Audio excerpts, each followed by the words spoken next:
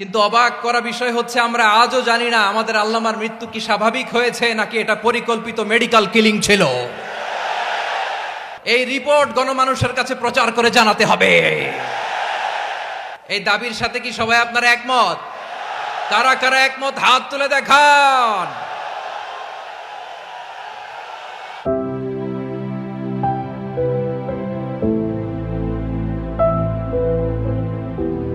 আমাদের শামীম ভাইয়ের সাথে যখন কোলাকুলি করি মনে হচ্ছে আল্লামা সাঈদীর ঘ্রাণ পাই। কিন্তু অবাক করা বিষয় হচ্ছে আমরা আজও জানি না আমাদের আল্লামার মৃত্যু কি স্বাভাবিক হয়েছে নাকি এটা পরিকল্পিত মেডিকেল কিলিং ছিল। এই রিপোর্ট গণমানুষের কাছে প্রচার করে জানাতে হবে। এই দাবির সাথে কি সবাই আপনারা একমত? কারা কারা একমত হাত তুলে দেখান। হযরতুল আল্লাম শহীদ মরহুম আল্লামা দেলওয়ার হোসেন সাঈদী রহিমাহুল্লাহ, ওনার স্মৃতি বিজড়িত আজকের এই ঐতিহাসিক প্যারেড ময়দানের তাফসিরুল কোরআনের প্রোগ্রামে সব আছে। স্টেজ আছে, শ্রোতা আছে, প্যান্ডেল আছে, মিডিয়া কাভারেজ আছে, কিন্তু আমাদের কলিজার টুকটাটা আমাদের মাঝে নাই। আজকের এই প্রোগ্রামে আলোচক হয়ে এই চেয়ারে আমি না বসে ওই শ্রোতাদের কাতারে বসে যদি আমাদের আল্লামার নুরানি চেহারার দিকে তাকিয়ে ওয়াজ শুনতে পারতাম, আমাদের হৃদয়টা ঠান্ডা হয়ে যেত, আমাদের তৃষ্ণার্ত হৃদয় শান্ত হতো। সব আজকে আছে, কি যেন নাই, ঠিক কিনা বলেন? আল্লাহ তাআলা প্রতি 100 বছরে একজন মুজাদ্দিদ পাঠায়, প্রতি 100 বছরে একজন মুজাদ্দিদ, যিনি সমাজকে সংস্কার করেন। আল্লামা দেলওয়ার হোসেন সাঈদী রহিমাহুল্লাহ ছিলেন তেমন একজন মুজাদ্দিদ। চিৎকার করে বলেন ঠিক কিনা?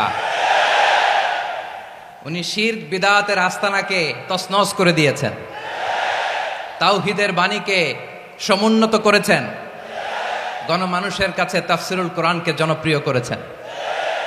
আজীবন আজীবন তিনি ইসলামকে বিজয়ী শক্তি হিসেবে দেখার স্বপ্ন দেখতেন। এত প্রাঞ্জল ভাষা, এত চমৎকার আধুনিক প্রেজেন্টেশন, গণমানুষের কাছে কোরআনের তাফসিরকে এভাবে জনপ্রিয় করে তোলার মতো ব্যক্তিত্ব আল্লামা সাঈদী ছাড়া দ্বিতীয় কেউ এই বাংলার ভূখণ্ডে নাই।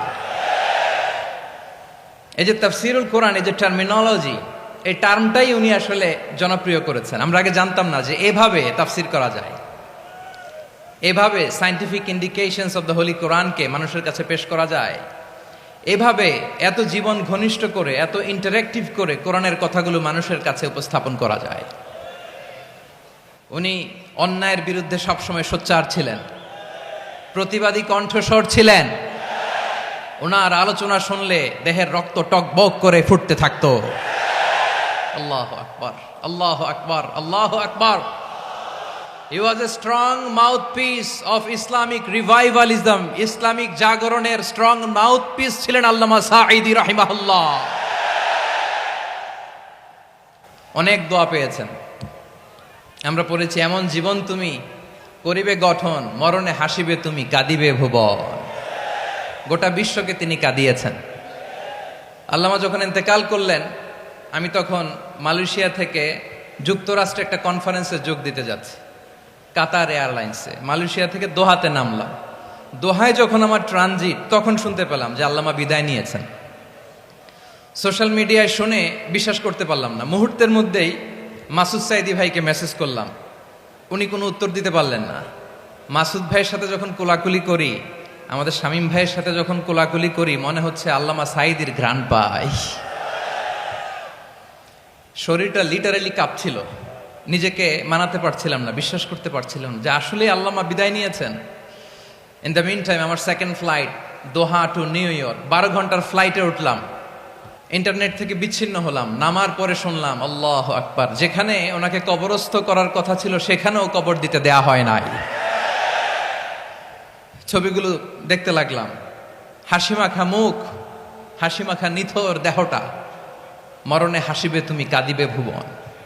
From east to west, from north to south, the entire globe, গোটা বিশ্ব ওনার জন্য কেঁদেছে, গোটা বিশ্ব কেঁদেছে। কাবার গিলাফ ধরে ধরে মানুষ চিৎকার করেছে। এর চেয়ে শ্রেষ্ঠ মৃত্যুকার হতে পারে? আমাদের আল্লামার আর কি পাওয়ার ছিল বলেন?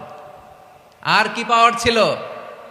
কুল্লু নাফসিন যায়িকাতুল মাউত, যারাই দুনিয়াতে আসবে তারা ইন্তেকাল করবে, এটা আমরা মেনে নেই, এটা আমরা জানি। কিন্তু অবাক করা বিষয় হচ্ছে আমরা আজও জানি না আমাদের আল্লামার মৃত্যু কি স্বাভাবিক হয়েছে নাকি এটা পরিকল্পিত মেডিকেল কিলিং ছিল। এটা যে পরিকল্পিত মেডিকেল কিলিং ছিল এটা ধারণা করার পেছনে অনেক কারণ আছে। তিনি আধিপত্যবাদের বিরুদ্ধে সোচ্চার ছিলেন, ফ্যাসিবাদের বিরুদ্ধে সোচ্চার ছিলেন, রাজনৈতিক প্রতিহিংসার শিকার ছিলেন।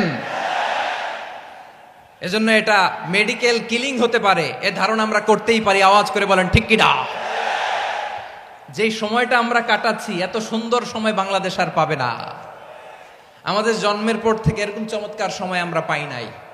এটাই আসল সময়। আমরা ইন্টারিম গভর্নমেন্টের কাছে দাবি জানাই, উচ্চতর তদন্ত কমিটি করে এটা কি হত্যাকাণ্ড ছিল নাকি স্বাভাবিক মৃত্যু ছিল, এই রিপোর্ট গণমানুষের কাছে প্রচার করে জানাতে হবে। এই দাবির সাথে কি সবাই আপনারা একমত? কারা কারা একমত হাত তুলে দেখান।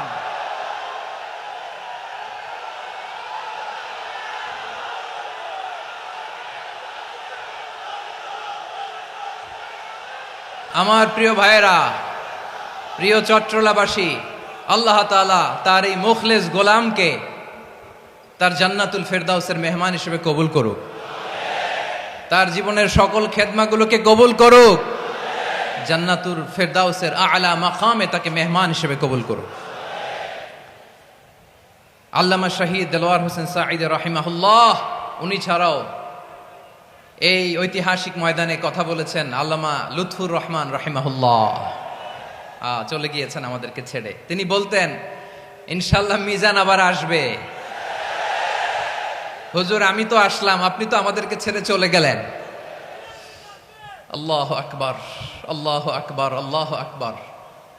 গলায় কোনো সুর ছিল না, সুর দিয়ে কথা বলতেন না, কিন্তু এত চমৎকার শব্দের বুনন, এত চমৎকার প্রেজেন্টেশন, এত চমৎকার ভাবে ঐতিহাসিক বর্ণনাগুলো তিনি উপস্থাপন করতেন। মন্ত্রমুগ্ধ হয়ে আমরা আল্লামা লুৎফুর রহমানের কথা শুনেছি। আমরা হযরতুল আল্লাম লুৎফুর রহমান রাহিমাহুল্লাহর জন্য এই বিশাল ময়দান থেকে দোয়া করছি, আল্লাহ তাআলা তুমি তোমার এই খাদেমকে জান্নাতের মেহমান হিসেবে কবুল করে নাও। আরো অনেক আল্লামারা এখানে কথা বলেছেন, বিশেষ করে বাইতুল শরফের মরহুম পীর সাহেব হুজুর থেকে শুরু করে আরো যারা যারা তারকাতুল্য ওলামায়ে কেরাম এই চট্টগ্রামের ময়দানে কথা বলেছেন, আলো ছড়িয়েছেন। আমরা এই লক্ষ লক্ষ তাওহীদি জনতাকে নিয়ে তাদের জন্য দোয়া করছি, আল্লাহ তাআলা ওনাদের জীবনের সকল ভুল ত্রুটি ক্ষমা করে দিয়ে তাদেরকে জান্নাতুল ফেরদাউসের মেহমান বানিয়ে নিক। আমরা এই ঐতিহাসিক প্যারেড ময়দানের প্রোগ্রাম থেকে স্মরণ করতে চাই 24-এর ছাত্র নাগরিক অভ্যুত্থানে আমার যে সমস্ত ছাত্র নাগরিক ভাইয়েরা দেহের তাজা রক্ত বিলি দিয়ে নতুন বাংলাদেশ আমাদেরকে উপহার দিয়েছে। বিশেষ করে আপনাদের এই চট্টগ্রামের শহীদ ফয়সাল, শহীদ ওয়াসিম সহ সকল শহীদকে আল্লাহ তাআলা কবুল করুক। আমরা সবাই পড়ি আমিন। প্রিয় ভাইয়েরা, আমি নগণ্য একজন কোরআনের ছাত্র, এত বিশাল মঞ্চে এত বড় প্ল্যাটফর্মে কথা বলা আমার জন্য সাজে না। তারপরও আমাদের মুরব্বীরা আমাদের ডানে বায়ে বসে আছেন, ওনাদের আদেশ ক্রমে, ওনাদের অনুমতি ক্রমে কিছু কথা আজকের এই ঐতিহাসিক প্রোগ্রামে আপনাদের সামনে উপস্থাপন করার চেষ্টা করব। ওমা তৌফিকি ইল্লা বিল্লাহ। প্রিয় ভাইয়েরা, 5 দিন ব্যাপী এই তাফসিরুল কোরআনের প্রোগ্রামে অনেক ওলামা হযরত কথা বলেছেন। যারা কোরআন সুন্নাহ থেকে আমাদেরকে কোরআনের কথাগুলো শোনালেন, আমরা যেন সেগুলো আমল করতে পারি, আল্লাহ আমাদেরকে তৌফিক দান করুক। শুরুতে আমাদের নিয়তটাকে খালেস করে নেওয়া দরকার। এই যে গ্যাদারিং, এই যে হিউজ শোডাউন, এগুলো যদি আমাদের নিজেদেরকে পরিবর্তন না করে তাহলে এতে কোনো লাভ নাই। জোরে বলেন ঠিক কিনা? এই প্রোগ্রাম যদি আমাদের জীবনকে পরিবর্তন করে, আমাদের চিন্তার ডিএনএ কে চেঞ্জ করে দেয়, তাহলেই চট্টগ্রামের প্যারেড ময়দান সার্থক। আসুন আমরা চিন্তাকে খালেস করে নেই।